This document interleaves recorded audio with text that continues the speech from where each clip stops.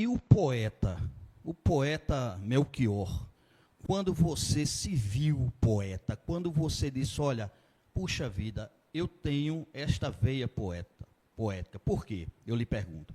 Porque muitas vezes nós temos uma discussão salutar, inclusive no nosso meio literário, da questão de se tem um dom, se não tem o dom, se você aperfeiçoa isso durante o tempo. Como é que a poesia entrou na sua vida e como você se enxergou como poeta?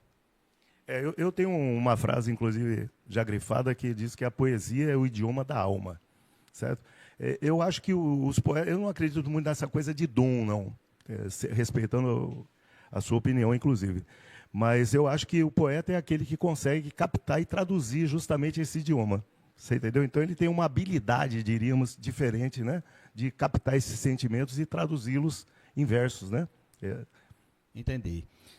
Vamos adentrar um pouco, né, na seara dos movimentos culturais aqui de João Pessoa, né, da Paraíba e, notadamente, de João Pessoa. Você é um ativista cultural muito intenso, né, e você é um dos idealizadores do grupo do Quiosque da Poesia, né? Fale-nos um pouco sobre a criação deste grupo Quiosque da Poesia. Vou falar com todo prazer, inclusive. Só voltando um pouquinho para explicar como eu comecei como poeta. Eu acabei perdendo o fio da meada, né? Eu comecei a escrever por volta dos 13 anos de idade, por incentivo de professores. Por isso que eu acho que professor é tudo, escola é tudo. Nesse ano de 1973, quando eu tinha 13 anos ainda, fizeram 3 concursos na minha escola. Grupo Escolar Professor Jorge Americano, lá em Lins. Um concurso foi um concurso de composições, que a gente podia fazer paródia, né?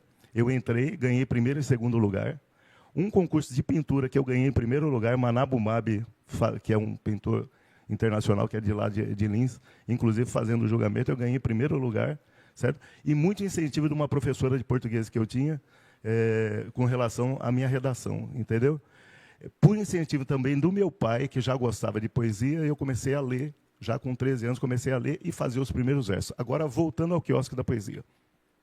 O Quiosque da Poesia é um movimento que foi idealizado por mim, Nelson Nunes e Beto Cajá, no início do ano de 2016.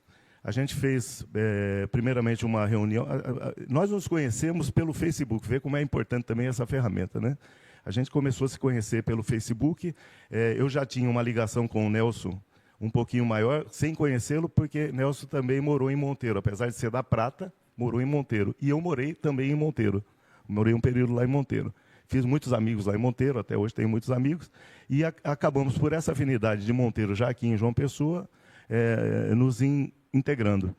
Aí, eu, Beto Cajá e Nelson, marcamos um encontro lá na Cabeça de Galo, ali no Roger, certo? Para justamente começarmos a conversar sobre um movimento desse tipo. Na verdade, a gente não pensou em movimento. Hoje eu falo que o Quiosque da Poesia é um movimento.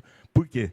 Porque a gente já mexeu com teatro, já mexeu com música, temos 2 CDs, né, gravados, já fizemos o livro, certo? Agora vamos fazer a mesa de glosa hoje, e temos outras iniciativas que indicam que nós sejamos um movimento poético, entendeu? Ou um movimento cultural até, mais amplo do que só poesia e música, certo?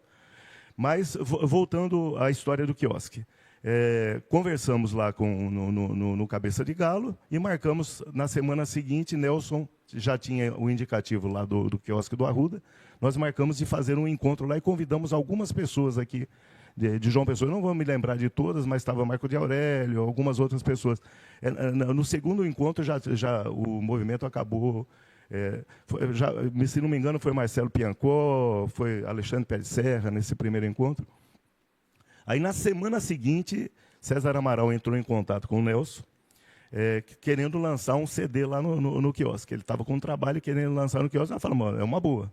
Aí, realmente, chamamos o César Amaral para isso daí, contratamos um som na época lá para o quiosque e já chamamos mais pessoas para comparecerem. A partir daí, teve televisão, reportagem, e a coisa foi pegando, e o quiosque chegou em momentos de ter 200, 300 pessoas lá dentro do quiosque.